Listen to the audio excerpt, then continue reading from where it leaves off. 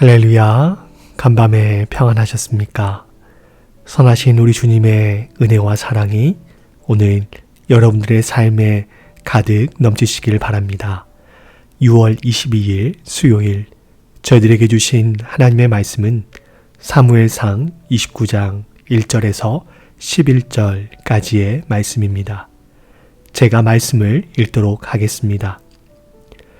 블레셋 사람들은 그들의 모든 군대를 아벡에 모았고 이스라엘 사람들은 이스라엘에 있는 셈 곁에 진쳤더라.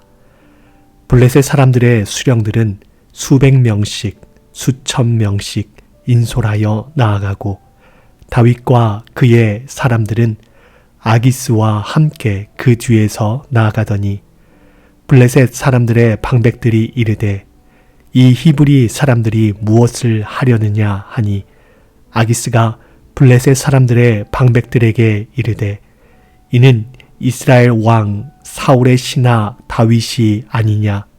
그가 나와 함께 있은지 여러 날 여러 해로되 그가 망명하여 온 날부터 오늘까지 내가 그의 허물을 보지 못하였노라. 블레셋 사람의 방백들이 그에게 노한지라. 블레셋 방백들이 그에게 이르되 이 사람을 돌려보내어 왕이 그에게 정하신 그 처소로 가게 하소서. 그는 우리와 함께 싸움에 내려가지 못하리니 그가 전장에서 우리의 대적이 될까 하나이다. 그가 무엇으로 그 주와 다시 화합하리이까? 이 사람들의 머리로 하지 아니하겠나이까? 그들이 춤추며 노래하여 이르되 사울이 죽인 자는 천천히요 다윗은 만만이로다 하던 그 다윗이 아니니까 하니 아기스가 다윗을 불러 그에게 이르되 여호와께서 살아계심을 두고 맹세하노니 내가 정직하여 내게 온 날부터 오늘까지 내게 악이 있음을 보지 못하였으니 나와 함께 진중에 출입하는 것이 내 생각에는 좋으나 수령들이 너를 좋아하지 아니하니 그러므로 이제 너는 평안히 돌아가서 블레셋 사람들의 수령들에게 거슬러 보이게 하지 말라 하니라. 다윗이 아기스에게 이르되 내가 무엇을 하였나이까? 내가 당신 앞에 오늘까지 있는 동안에 당신이 종에게서 무엇을 보셨기에 내가 가서 내 주 왕의 원수와 싸우지 못하게 하시나이까 하니 아기스가 다윗에게 대답하여 이르되 내가 내 목전에 하나님의 전령같이 선한 것을 내가 아나. 블레셋 사람들의 방백들은 말하기를 그가 우리와 함께 전장에 올라가지 못하리라 하니 그런즉 너는 너와 함께 온 내 주의 신하들과 더불어 새벽에 일어나라. 너희는 새벽에 일어나서 발거든 곧 떠나라 하니라. 이에 다윗이 자기 사람들과 더불어 아침에 일찍이 일어나서 떠나 블레셋 사람들의 땅으로 돌아가고 블레셋 사람들은 이스라엘로 올라가니라. 아멘. 신의 한 수라는 말이 있습니다. 이 말은 한국의 한 영화의 제목으로 사용되면서 사람들에게 크게 인기를 끌었습니다. 신의 한 수라는 말은 기상천외한 묘책 또는 먼 앞을 내다본 행동이 딱 맞아 떨어졌을 때 사용되고 있습니다. 오늘 우리가 읽은 말씀에도 이런 신의 한 수와 같은 상황, 하나님의 묘수가 펼쳐지는 상황이 그려지고 있습니다. 적의 적은 나의 친구라는 말이 있듯이 다윗은 자신을 죽이려고 하는 사울을 피해 이스라엘의 적국인 블레셋으로 망명을 갔습니다. 그런데 그 블레셋과 이스라엘이 전쟁을 치르게 되었습니다. 다윗은 이스라엘 사람입니다. 물론 지금은 사울을 피해 블레셋으로 망명을 왔지만 그는 하나님으로부터 사울을 이을 다음 왕으로 선택을 받았고 사무엘 선지자로부터 기름 부음을 받았습니다. 그런데 그가 지금은 이스라엘의 적국인 블레셋의 편에 서서 조국 이스라엘을 향해 칼을 겨누어야 하는 상황에 놓이게 된 것이지요. 이렇게 다윗이 블레셋 진영에 서서 이스라엘과 전투를 앞두고 있자 이런 다윗을 보며 블레셋의 방백들이 못마땅하게 생각합니다. 그도 그럴 것이 다윗이 블레셋에 망명을 했고 충성을 약속했지만 그는 이스라엘 사람입니다. 더군다나 그는 블레셋의 천하무적 장수 골리앗을 죽인 사람이었고 그를 통해 이스라엘 사람들의 입에서 사울이 죽인 자는 천천히요 다윗이 죽인 자는 만만히요 라고 하며 이스라엘 사람들이 노래를 지어 부르는 주인공이었습니다. 당연히 블레셋의 방백들이 이런 다윗을 완전히 신뢰할 수는 없었습니다. 행여나 다윗이 군대를 이끌고 이스라엘을 공격하러 간다고 하고서는 자신들을 공격한다면 그만큼 전세가 불리해지기 때문에 방백들은 다윗을 전쟁에 참여시키기를 꺼려했습니다. 하지만 블레셋의 아기스는 다윗을 전적으로 신뢰했습니다. 방백들 앞에서 그를 변호하며 다윗을 데리고 전쟁에 나가고 싶어 했습니다. 하지만 방백들이 이를 완강히 거절했고 어쩔 수 없이 다윗을 데려갈 수 없다라고 다윗에게 말하며 그를 돌려보냈습니다. 참 기가 막힌 타이밍이지요. 이스라엘과의 전투를 앞둔 다윗의 심정은 어땠을까요? 내가 어떻게 해야 할까? 블레셋을 배신하고 이스라엘로 돌아갈까? 그러면 사울한테서 결코 안전하지 못할 텐데 그렇다고 블레셋의 편에 서서 이스라엘을 공격한다면 내가 이스라엘 사람이며 하나님께서 사울을 이어 이스라엘의 왕으로 세우실 사람인데 내가 그럴 자격이 되는 사람이라고 사람들이 생각할까? 조국을 친 사람이 조국의 왕이 될 수 있을까? 나의 정치적 정당성을 확보할 수 있을까? 라는 갖은 생각들이 그를 사로잡았을 것입니다. 다윗은 사면초가의 상황에 놓이게 되었습니다. 그가 할 수 있는 핑계는 몸이 좋지 않아 전쟁에 나갈 수 없다라는 거짓 핑계뿐이었을 것입니다. 설령 그렇게 거짓 핑계를 대고 전쟁에 나가지 않는다라고 해도 그런 다윗을 믿어줄 사람이 얼마나 있었을까요? 아니면 그가 군대를 이끌고 이스라엘을 공격하러 가지 않고 그대로 도망가는 방법도 있었을 것입니다. 그러나 그렇게 된다면 이제는 사울에게서 뿐만 아니라 자신을 배신했다는 이유로 아기스와 블레셋의 군대에게 쫓길 것이 분명했습니다. 결국 어떤 선택을 하든 다윗은 블레셋이나 사울 그 누구에게서도 안전을 보장받지 못하는 결과를 마주할 수밖에 없었습니다. 어찌할 수 없는 그때 바로 하나님께서 개입하셨습니다.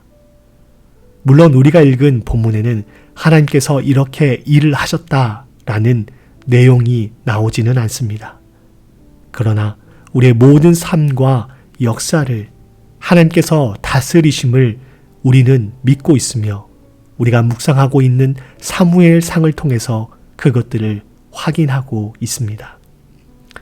이러지도 저러지도 못하는 상황에서 다윗을 신뢰하는 블레셋의 아기스와 다윗을 신뢰하고 아끼는 아기스의 모습을 못마땅히 여기는 방백들의 갈등을 통해서 하나님께서 다윗을 지켜주셨습니다.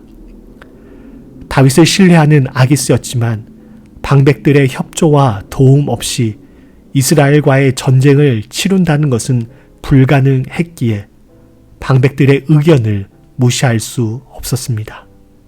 그래서 아기스는 다윗에게 자초지종을 설명하며 자신은 다윗을 데리고 함께 전투에 임하고 싶지만 방백들이 이를 원하지 않으니 너를 데리고 갈 수 없다라고 하며 다윗을 이스라엘과의 전쟁에서 제외시킵니다. 다윗의 입장에서는 최고의 선택, 최고의 결과를 마주하게 된 것입니다. 물론 이 상황 가운데서 그가 한 것은 아무것도 없었습니다.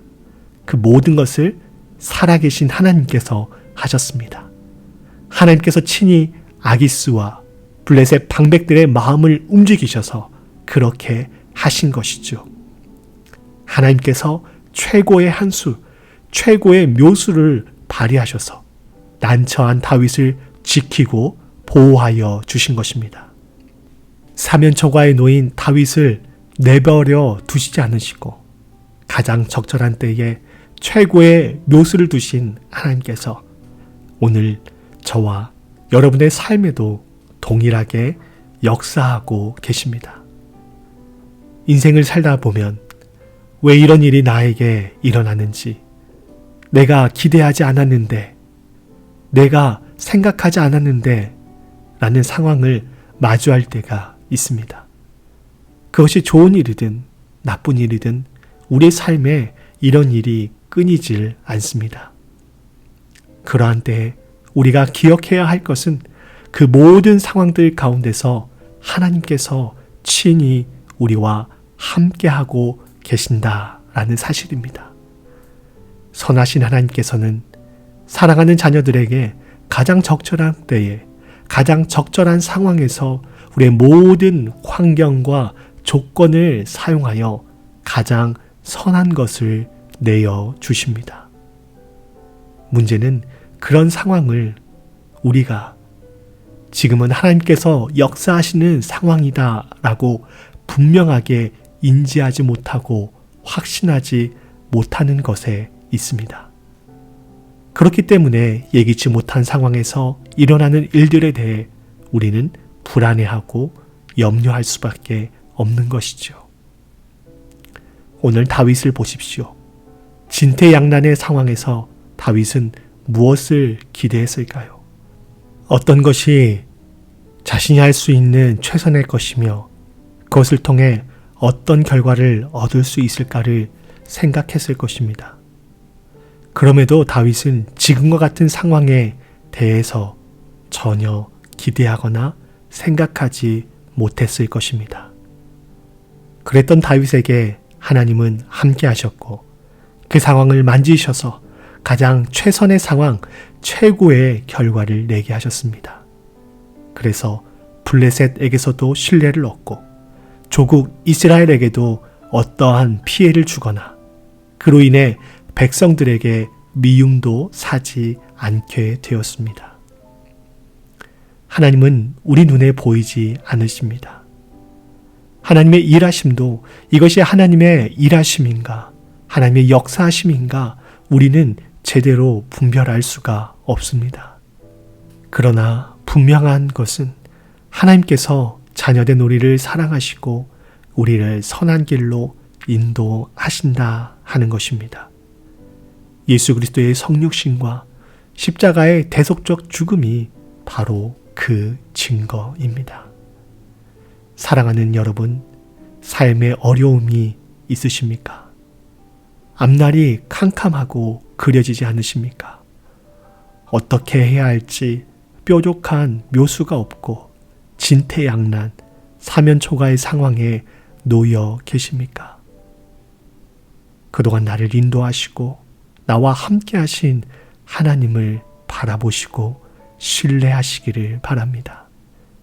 여기까지 지금까지 인도하신 하나님께서 우리를 가장 선한 길로, 가장 좋은 길로 인도하실 것을 믿으시고 간구하시길 바랍니다. 하나님은 사람의 악수를 들어 하나님의 묘수로 사용하실 수 있는 분이십니다. 우리의 모든 상황을 순식간에 역전시키실 수 있는 분이십니다. 내 이성과 경험으로 되지 않더라도, 그것으로 내 삶이 그려지지 않더라도 하나님을 신뢰하십시오. 하나님의 묘수를 기대하십시오. 선한 것을 기꺼이 베푸시기 원하시는 하나님을 끝까지 신뢰하시기 바랍니다. 절망적인 상황, 앞길이 보이지 않는 상황에서도 하나님을 신뢰하는 것이 믿음입니다. 그러한 믿음을 갖는, 그리고 그 믿음을 통하여 하나님의 일하심들을 바라보고 경험하는 우리 모두가 될 수 있기를 주님의 이름으로 축원드립니다. 함께 기도하시겠습니다. 하나님, 우리가 기대하지 않은 일들, 예상치 못한 사면초가 진퇴양난의 상황에 놓일 때가 있습니다. 아무리 머리를 굴리고 이리저리 생각해봐도 답이 나오지 않는 상황에 놓일 때가 있습니다. 그러한 때에 오늘 다윗에게 역사하신 하나님을 신뢰하는 믿음을 갖게 하여 주시옵소서. 선하신 주님은 우리의 모든 상황과 환경을 들어 최고의 한수, 최고의 묘수, 최고의 결과를 내시는 분이십니다. 비록 우리의 지식과 경험, 상황으로 인해 앞날이 캄캄하게만 보이고 어디로 가야 할지 몰라 방황할 때, 그러한 우리 자신이 아닌 전능하신 하나님, 광야의 길을 내시고 강을 만드시고 쉴만한 물가로 인도하시는 하나님을 신뢰하는 믿음을 허락하여 주시옵소서. 지금 이 상황이 하나님께서 일하시는 상황인지 확신하지 못하지만 하나님의 선하신 손길이 언제나 우리를 붙들고 계심을 잊어버리지 않고 말씀 가운데 우리의 중심을 바로 세우고 기도 가운데 하나님과 교제하고 위로하심을 얻게 하시며 찬송하며 우리 삶에 역사하실 하나님께 감사와 찬양을 올려드리는 저희들 모두가 되게 하여 주시옵소서. 감사드리며 예수 그리스도의 이름으로 기도하옵나이다. 아멘.